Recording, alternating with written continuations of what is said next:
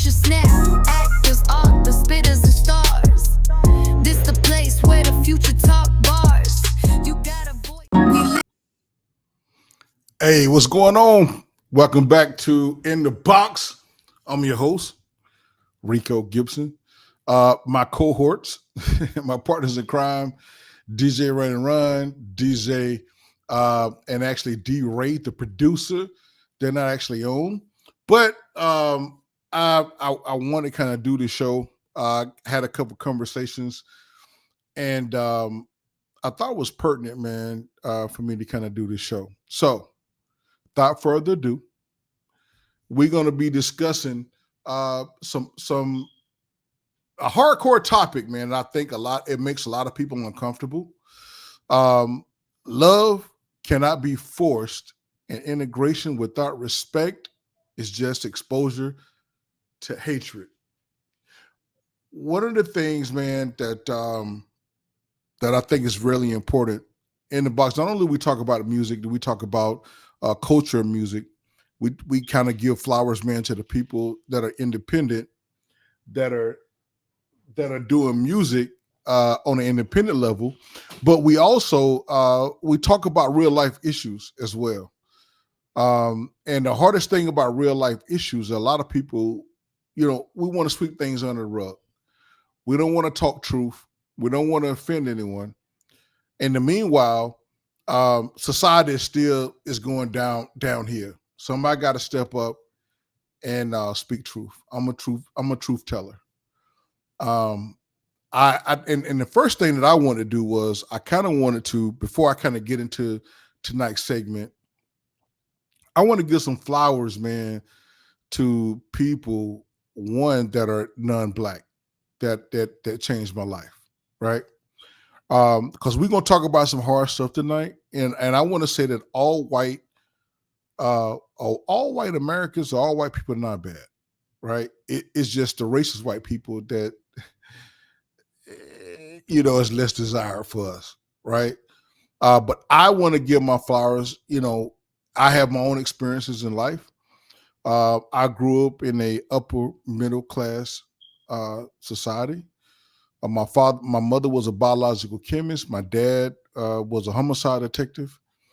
I have educators in my family. Out of four sisters, it was only me, my mother, and another sister of my mother's had a child.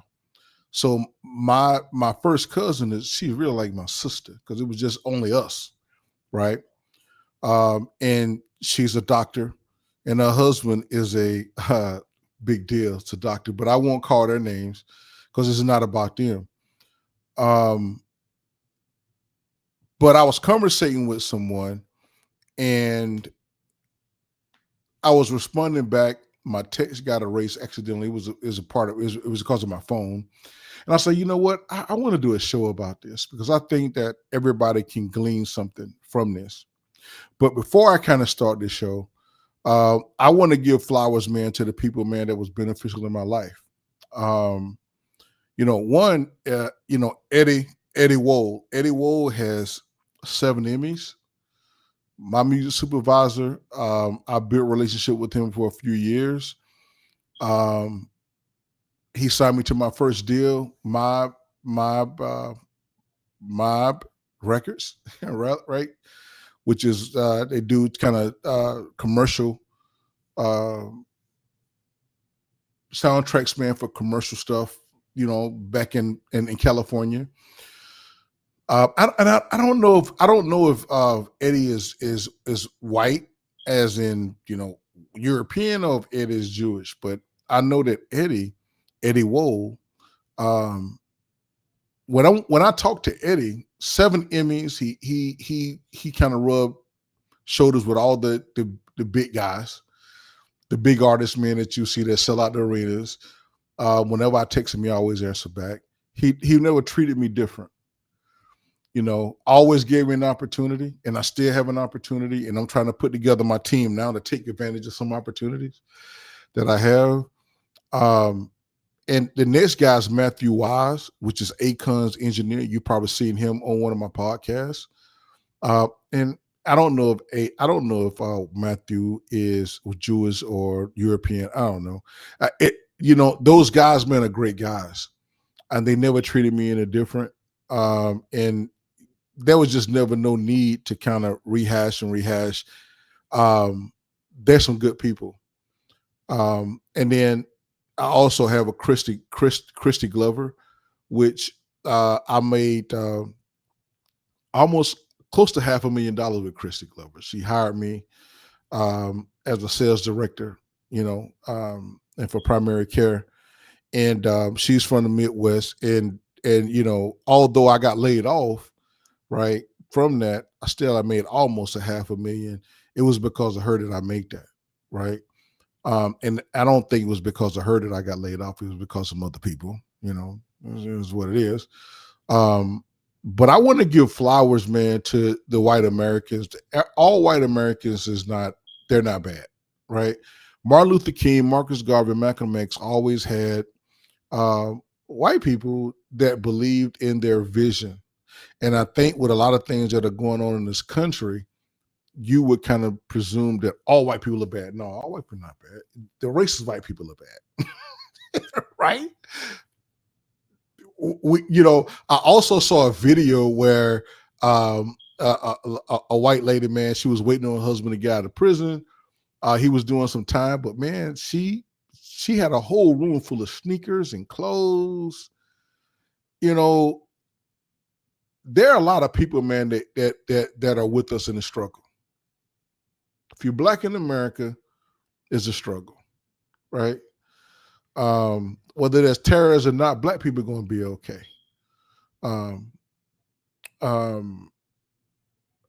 Because we're used to struggle. We're used to issues. But I want to talk about this show because when I was talking to some people, just via text, man, and I just couldn't get my thoughts out. It was just limited. I said, you know what? Let me just do a show. Let's talk about it. Because we got some issues, but everybody don't hate us. And the president right now doing some things as far as really passing executive orders to desegregate, and people are tripping. Like, no, man, the president cooking. Let him cook, because integration, man, hurt us as a black community. It ain't help us. And that's a little bit, man, what I'm gonna talk about tonight. This is gonna be a hard conversation, but I wanted to say that the first thing, my preface or my premise before I get going is all white people don't hate black people. It's the racist white people that hate black people, right? And if I had to kind of title tonight's show, is going to be titled "Love Cannot Be Forced," and integration without respect is just exposure to hatred. And so when I was talking to another person, we was talking about relationship, right? Have you ever been in love with a person, or had a crush on a person, or you went into a relationship with a person, and you was really like all in with this person, but they didn't really feel the same way about you, right? They didn't love you, and really they just didn't like you. Maybe there was some tangible. I want you to keep that word handy, tangible, meaning that something physical you can touch is real. There was a tangible benefit that they received from you. Now, I know we always talk about guys and simps and all this, right? I'm not going to get into the whole relationship dynamic.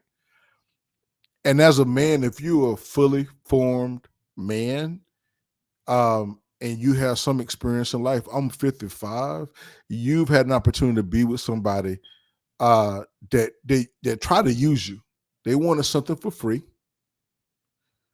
And you might have really kind of was feeling them, or felt some type of way. You like, maybe you was in love, right?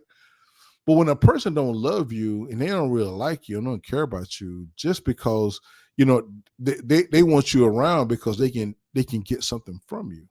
They benefit from you. In all actuality, you don't benefit anything from them. They benefit from you.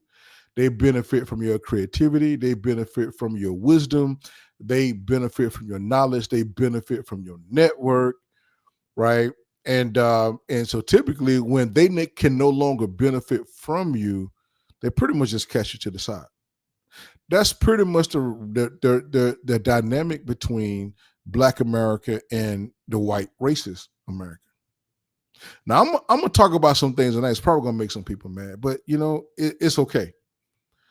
Um, I love Jesus, been saved since '96,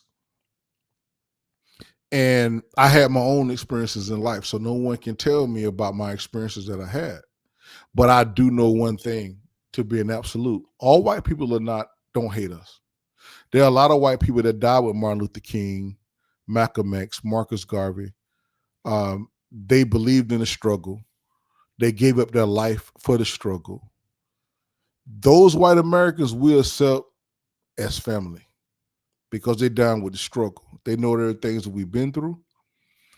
Um, they can identify and relate to all our struggles. Like, we love them, and y'all are always invited to the cookout. But the night, and this Shadur thing really kind of bothered me a lot. And I really didn't want to do this podcast. I have a few partners, man, and they always like, hey, man, you really got to share some things. I know you don't want to, but you people really want to know what you got to share is really important. And the thing about me as a person, although I'm an extrovert, I don't have a problem, man, talking to large crowds of people, but I'm truly an introvert. I had to make myself become an extrovert, right? I could live in the house for 10 years. My man cave is cool. I set my music studio up and my podcast studio. I'm a gamer. I could live in the house, man, for 10 years and never come out. As long as I have a credit card, cell phone, and high speed internet. I can't do slow internet. AT&T and up. That is super slow internet. So I have two companies. I have fiber and I have Xfinity. I have Easy Fiber and I have Xfinity. So I literally could stay in the house, man, for 10 years, 20 years, man, and never come out. Like I am legend, pretty much, man. But I really want to kind of share a message tonight. In the respect from a relationship. If you've been in a relationship with a person and you've been in love with them and that person didn't love you back the same way, you always found yourself giving way more to them. They benefited from your presence and from your tasks, from your knowledge, your activities, right? But because you love them, it was real hard for you to accept that they really didn't love you back. They didn't care nothing for you. Now, if you haven't been in that situation before, then you probably got to kind of hang back in this podcast. This podcast is probably not for you, but for people that have been in love with someone and you was all in, you was willing to give all and everything for a person, and really their whole MO was to use you. It's easy for a person to use you when they have no feelings for you. It's easy for them to build something off your knowledge and your creation, and your experience, and they don't care nothing for you. So I want to use that analogy on an aspect because it's still a relationship, bro. It's still a relationship. But I want to kind of tie it into integration, right? I see a lot of Black people and I see a lot of our Black brothers and sisters that are really got a cape on trying to grind on their own people. Well, white America, the racist white America, they don't love you. I ain't gonna call no names. I want to keep it professional. Like, y'all know who they are because y'all watch their podcast, and those white people don't care about you, man. The racist white people don't care about you. The white people that love us, like the ones that we married, the white the white people that we have unions with, we are married to them. Um, they have our kids, like they down with us. Um, I saw a video where a woman had her husband was in jail, and I don't know how much time he was doing, and I didn't know all the details of the story. But what I do know, what stood out to me was that's a crazy storm coming here in Texas.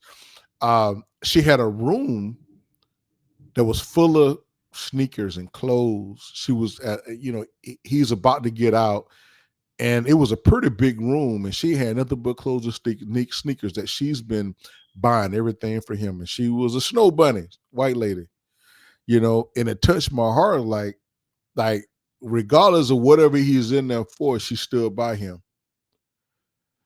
And it kind of prompted me to say, man, although we've been through a lot of things in Black America, there's still a lot of white people that are still down with us. I do have white friends, and then if I call some of my buddies, I'm a gun guy, but I'm probably not much of a gun guy like my partners. If I say, yo, somebody's stalking me and I need you to get on the roof, it's gonna be a whole bunch of trucks over here. Um, they're gonna blow you down, like real talk. They shoot us. Um, and they love me for me. Uh, and so there are white people in America that care about us. All white people are not racist. So the reason why I'm spending a little time on that, because I'm gonna get into some hard stuff. I'm not talking about family. There are some white people that are family. There are some white people that died with Marcus Garvey, Malcolm X, Martin Luther King. They lost their lives in the struggle. See, it's still a lot of those people, man, that are still here. They're having our children. They're rocking with us. They're holding us down. So for you guys, I want you can pretty much just cut your computer off. This ain't got nothing to do with you, right? This is for the white races that hate the freaking air that we breathe. So I want to talk to my people. My mother was a biological chemist. My daddy was a homicide detective, and I grew up in upper middle class America. And I had a great life, man. And I've never experienced racism to the level that I experienced at 55 years old. My parents alone, they dead, you know. But my parents taught me a lot of things. But we're gonna get into it. So the psychological damage of forced integration. Right? So integration was supposed to mean equality, but often resulted in psychological rejection and inferiority complexes. Black children were made to believe white schools were better, and thus white validation became the subconscious goal. A lot of our kids, and when I looked at this Shadur situation, it hurt my heart for a lot of different ways, and I'm gonna get into it. And I'm gonna try to be as politically correct as I can about it. We don't have to be validated by white people. My father validated me. My mother validated me. And what I love about Shadur is that his father and his mother validated him. He don't even need your validation. I don't need your validation. If you're black in America, you don't need nobody to validate you. Right? Instead of equity, integration led to assimilation pressure. Be less black to be accepted. And this is for black people trying to fit into the racist white regime. You had to be less black to be accepted. We have a swagger. Like the United States culture, man, is really a black culture. We bring the culture. We run the sports. We really do. We invent a lot of the products that you enjoy. That for the powers that be lied about that we weren't inventors. All the great things that you love about society, man. Like that's our work. Your music is us, right? We never receive benefits from that. We receive bad contracts. And I want to shout out to Eddie Wool. My first contract, He gave me 50% out of the gate. He didn't have to. Whenever I call him, he pick up, right? Um, there are a lot of people that have power. He has 7 Emmys. Man, I ain't even worthy enough the power up a beat machine to that cat. He has 7 Emmys. And whenever I text him, man, he always takes me back. Like I matter. I don't have no Emmys, right? But the fact that a guy that has 7 Emmys would even converse with me and we talk about things, he liked my posts, you know, that makes me feel good, right? Um, I'm not talking about him.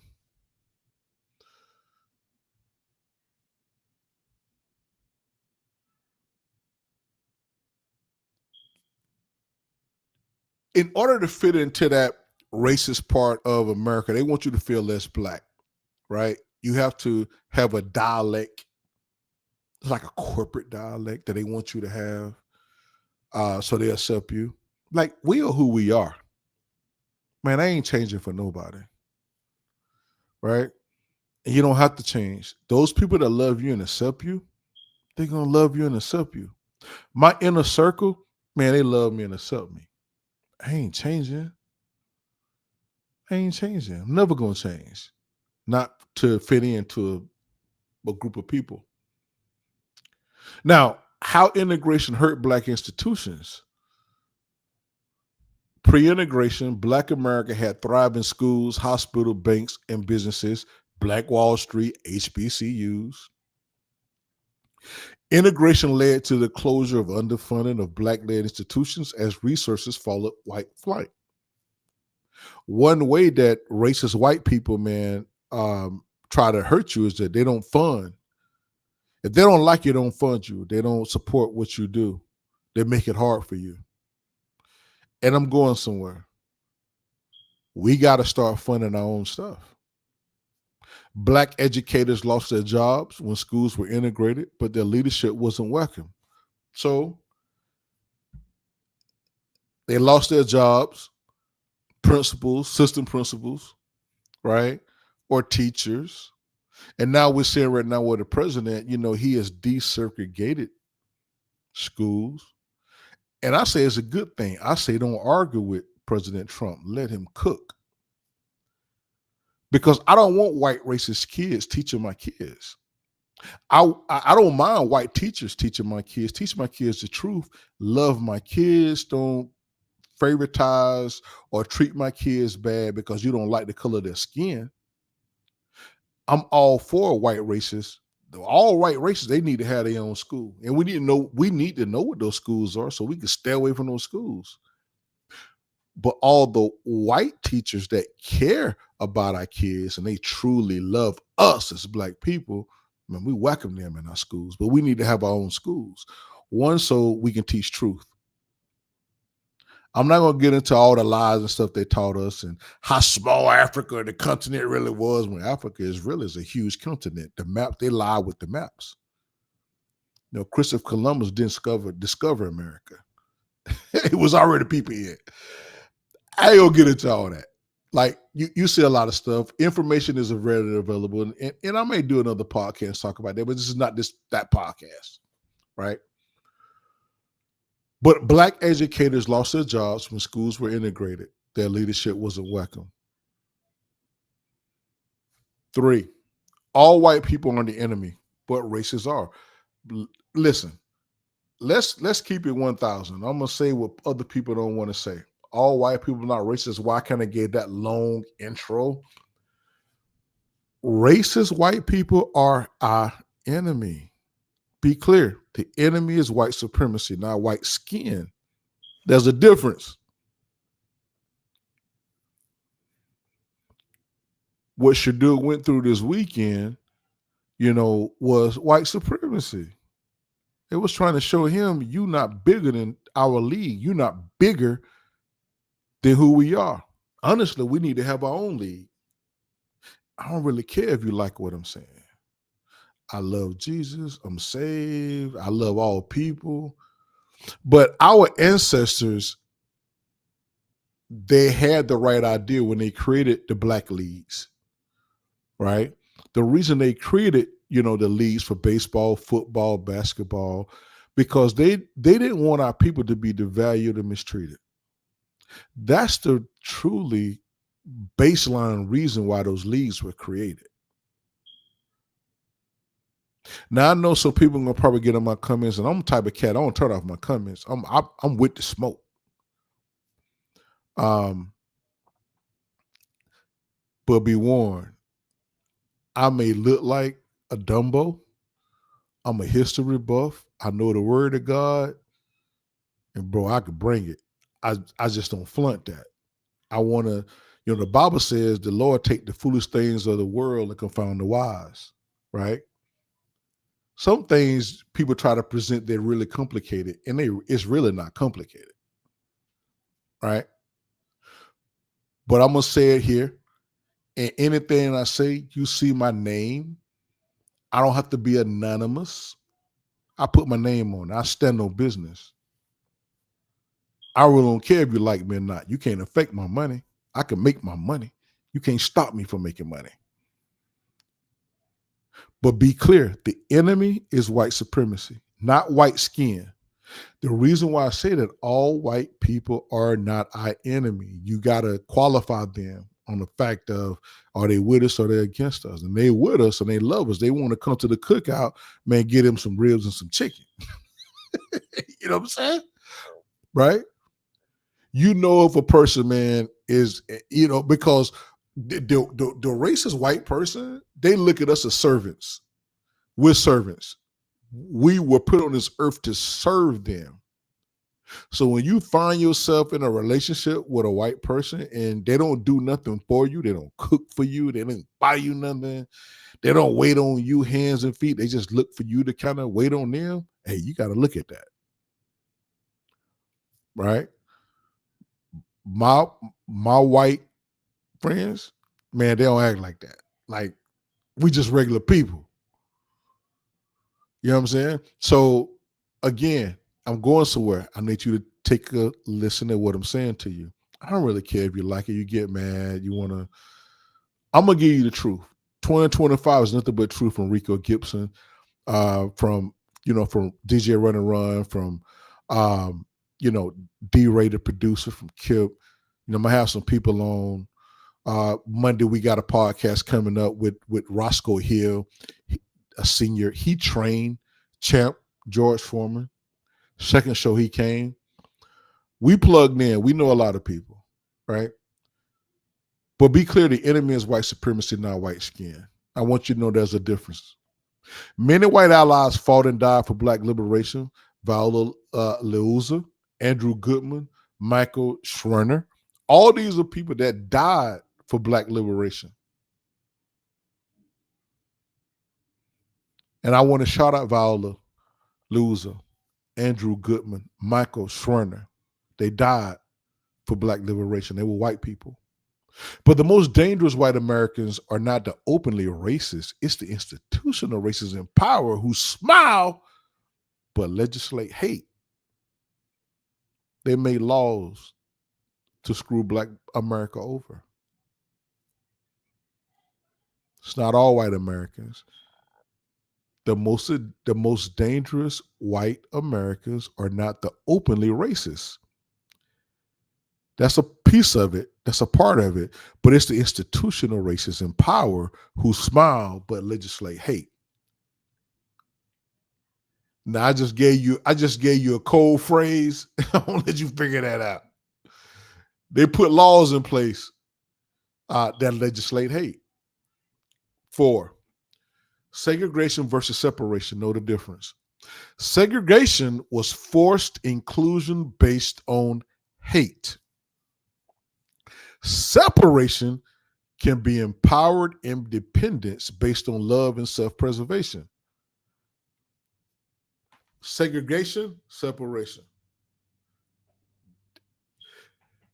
I'm going to give you that definition again. Segregation was forced inclusion based on hate. Forced exclusion based on hate. Separation can be empowered independence based on love and self-preservation. And I believe that's where we are right now. We have to separate so we can have peace, so that we can preserve self-preservation. It's about us. Man, we got to live. We need to have black officers patrolling our neighborhoods. We need to go to work. If you work, you need to work for a black company. But also our black employers need not to be greedy and take advantage of your people. And that's kind of like what's happening in Africa. You got three kings in Africa: Mali, Niger, and Burkina Faso. Man, they're trying to preserve the continent. But you have a lot of the leaders over there, they're taking money from the powers that be. And that's what white people do. They'll fund your ops so they can come against you and take you down and knock you out. And that's what we kind of talking about. We're going to talk about turning down that check, because nothing ain't going to change until you turn down that check. Marcus Garvey preached self-reliance and global black unity, not hate, but self-defense. Malcolm X evolved from separation based on survival to global human rights, but warned against begging your oppressor to accept you. I see a lot of us begging our oppressor to accept us. That's why I started this about, a relationship with you being in love with someone and they hate you. They don't love you. It don't matter because you love them. We too accepting in our community. You got to be warned against begging your oppressor to accept you. That's what's happening right now in the NFL. We make up 80% of the NFL. Basketball. Only sport we don't have a monopoly on is baseball, because baseball ain't cool. We play sports that the women like. Come see us play and we can shine. But our ancestors created these leagues, man, so that we can kind of have our own. We can kind of be rated fairly. NFL, we 80% of the players of the NFL. There's no black ownership. It's their club. Why we're playing in their club? Until we turn down checks, nothing is never going to change. I didn't like what happened to Shadur. And I'm not going to because this is not a Shadur podcast. But honestly, that really rubbed me a bad way. It kind of changed a lot of things about how I move. We are not in a meritocracy society. It's not based on merit.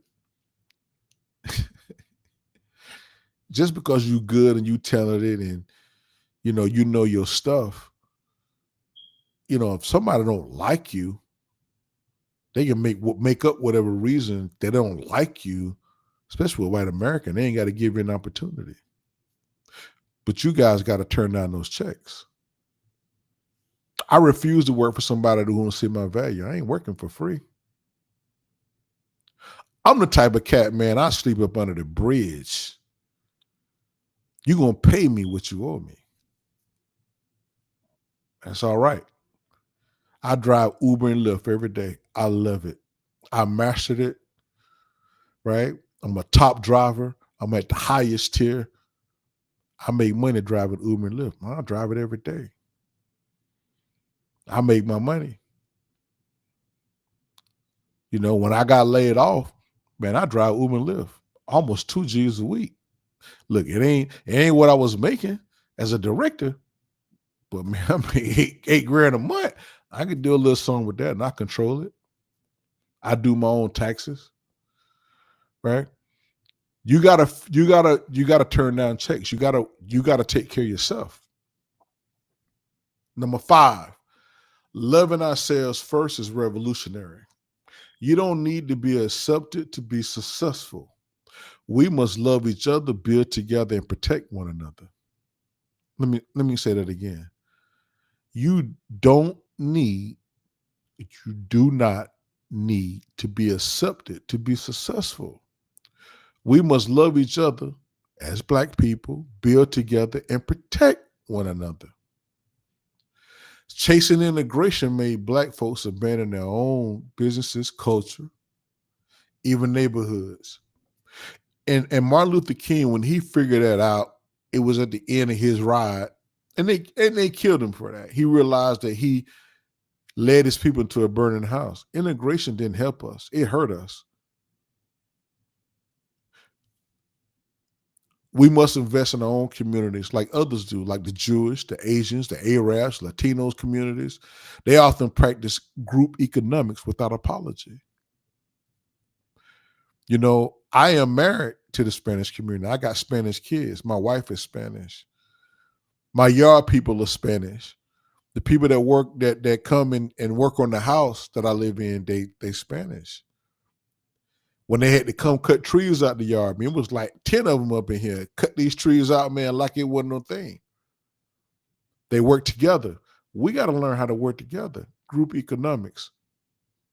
Target is just an example of how we can pool our finances and decide what we want to do. Now, 6 is really important.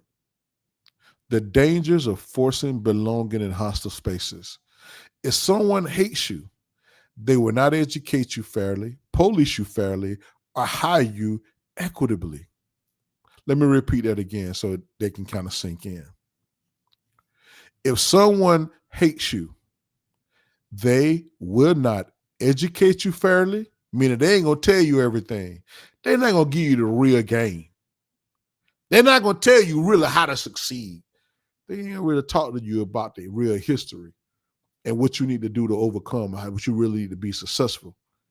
They don't police you fairly, meaning that the legislatures and rules are not the same for everybody. We see it every day. Same crime, one person gets probation, another person gets 10 years. If someone hates you, they will not educate you fairly, police you fairly. So how can you avoid getting policed unfairly? Man, you got to stop doing crimes. When I hear brothers and sisters talk about how the racist white judges, but guess what? You don't need to commit crimes. Because if you commit a crime, you more than that, there's a high percentage, a 90-95% percentage that you're going to get in front of a judge that hate black people. And now that they're trying to monetize prison labor, they want you in prison. Man, don't go and steal no chicken wings or no eggs. So you go to jail. So now you could get in and somebody can push you the wrong way, say something to you. Because we're a proud people. No, we're not a humble people. We ain't gonna be humble. Don't be humble, man. Be yourself. I'm not gonna be humble. What I'm great at, man, I'm gonna stick my chest out. I don't really care if you like me or not. All right. If I'm not good at something, I'm gonna bow down. I'm not good at it. I gotta learn how to do it. But if I know how it works and I'm good at it, man, I ain't gonna be humble, man. Get up out my face with that. You be humble. I'm not gonna be humble if I know the answers already, but you need to know the answer. But if you don't put yourself in a position, meaning driving drunk,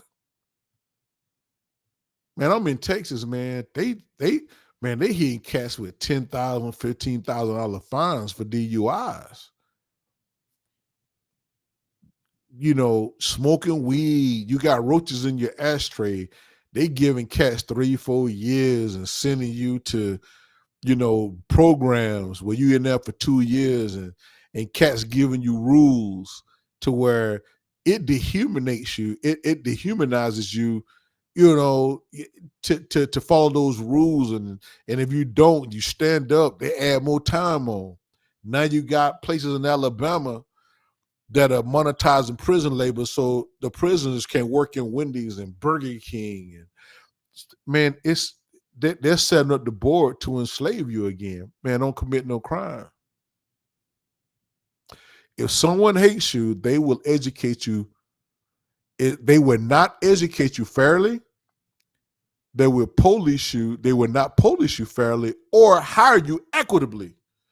I pulled the income report from 1990 to 2023. in 1990, the average white household was um, 45,000. The average black household was 44,100. The average Latino household was like 44,900, something like that. Fast forward to 2023, the average white household as of 2023 was 82,000, almost double. You know what the average black household was in 2023? It was 44,000. From 39,000 to 44,000, we're talking about 5,000, 6,000 increase in 33 years. Hispanics were 1,500 higher than us. When I showed it to my wife, she said, "Well, wow, well, how can that be?" Because my wife was from another country. She said, "Well, how can that be?" I said, "Because when you go and you apply for a job, they give the black people a lower wage than what they give the white people. So they keep their foot on our neck as far as income so that we can't progress." That's how we have disparities in those numbers as far as average household incomes. Integration didn't remove hatred, it just brought us closer to it.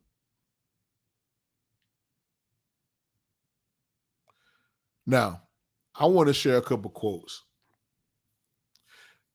Malcolm X said, "Why should I go to the white man's school if the black man can teach me just as well?" We got great black teachers. I had great black. My English teacher was a black lady, right? Um, my football coach, Coach Sharp, versus the white coach that I had, his name was Coach Hatcher. And because I was in the band when I was in high school, and I played both ways. Ran a 4.340, but I'm a musician. I was in a band when I was in high school. I remember him telling me when I was in high school that you gifted, that you talent. His name was Coach Hatcher. I never forget it. White guy, white coach, Southwest High School, told me, "Man, you fast and you gifted, but you ain't gonna play on my team because you choose to be in the band. So you just gonna be a backup." Listen, my college didn't have a pro team. I played semi-pro when I was in college, and I was about to go to the Bengals and the Falcons. I started both ways. I just got tired of playing football. All my little partners played in the NFL. We all ran together. I just got tired of playing. But I won't ever forget that white man telling me that I wasn't going to play because he had the authority and the power to put me on the bench. Right? But Coach Shaw, Coach Shaw was a position coach. Coach Shaw at the time, I think he was a defense linebacker coach. He would cuss me out all the time. I love Coach Shaw because he gave me the work. And I'll be out playing, playing on the field, between classes, throwing balls and running. And he saw a lot of my attributes. He used to kick me in the behind. That man ain't give me no peace. You know what I'm saying? Hey, if you for Southwest making Coach Shaw cuss us all out, man, but I love Coach Shaw. And I believed in myself. And I told him what Coach said, and the coach was his boss. he said, "F that white man. That cat done. He don't know that." You know? And I love Coach Sharp. He's dead now. I don't know Coach Hatcher dead. I don't hold nothing against Coach Hatcher. It's just that, I'm from Georgia. It's that white it's that white, thing in Georgia. But I love Bobby Bowden because Bobby Bowden at FSU had a dynasty. He played a lot of black players, right? Coach Prime played for Bobby Bowden, just to kind of show you that dynamic. Bobby Bowden loved black people. He was the king of recruiting black athletes in Florida. Man, it was a true meritocracy at FSU. with Coach Bow. Man, we love Coach Bow. Although we weren't from Florida, I'm from Georgia, but we watch FSU. Man, everybody wanted to be on play for Coach Bow at that time because man, he could have 6 running backs and the 6th-string running back run the ball on 4-2, 4-3. You know what I'm saying? I want to show you that dynamic. Coach Bowden didn't treat our people disparagingly. Everything that you know what Coach Prime is doing right now, man, he got that from Coach Bowden. He played at FSU. Coach Bowden loved him. He wasn't tripping on who he was. Probably low-key told him that he needed to do whatever he needed to do to get his stock up. Coach Bowden loved our people. Love Coach Bowden. That's to show you the dynamic between a white racist and somebody that ain't love us versus a white man that love us is going to give us opportunity. But we got to make our own opportunity. It's a new day here. A race without authority and power is a race without respect. That's what Marcus Garvey said. A race without authority and power is a race without respect. What does that say? Black people without authority and power is black people without respect. They don't respect us because we ain't got authority and power. We got to start making a way for ourselves. True peace is not merely the absence of tension, it is the presence of justice. That's what Martin Luther King said. And as I close, I want to say this. Integration was a tactic, not a destination. Until love, justice, and equal, and until love, justice, and equity are mutual, we must rebuild our own systems, love ourselves deeply, and stop begging to sit at tables that were never built for us. Let me say this again. I'm going to close. Man, we got to stop begging to sit at tables that were never built for us. If you want to get in the comments and say something crazy to me, man, I don't care. I don't turn off no comments. I just let you expose yourself. Stop begging to sit at tables that was never built for you. We need to bring the Black Football League back. We make up 80% of the NFL. What happens if all of our players walk away? Man, let it go to the white NFL. Who cares? We're building a relationship with Africa. China is loving us. They trying to support Africa. Saudi is trying to support Africa. Guess what, man? It's a lot of, I'm a salesperson. It's a lot of us that are salespeople, man. We'll jump on a plane and go to Africa and broker money to build our leagues over here. They can get a cut. We can get a cut. We can build our own league. We don't need their league. But until we turn down their checks, they're going to keep dogging us. How can we be 80% of the prize and we're begging to get a check? Come on now. I'm just saying. I know this podcast is not going to be happy with a lot of people, but I'm going to say what I'm going to say. It's my platform. I can do whatever I want to do with it. I own it. Can't nobody cut me off. It's mine. Man, I love all people. And again, I'm going to say this again before I get up out of here. It is enough resources for every American to never have to worry about want. It's enough land. It's enough resources, enough money. You're not a slave. Make people pay you. They don't want to pay you. Don't work for them. Find another way to make it happen. We are not the minority. We're the majority. Until we start turning down checks, we're going to continue to be mistreated. I'm out.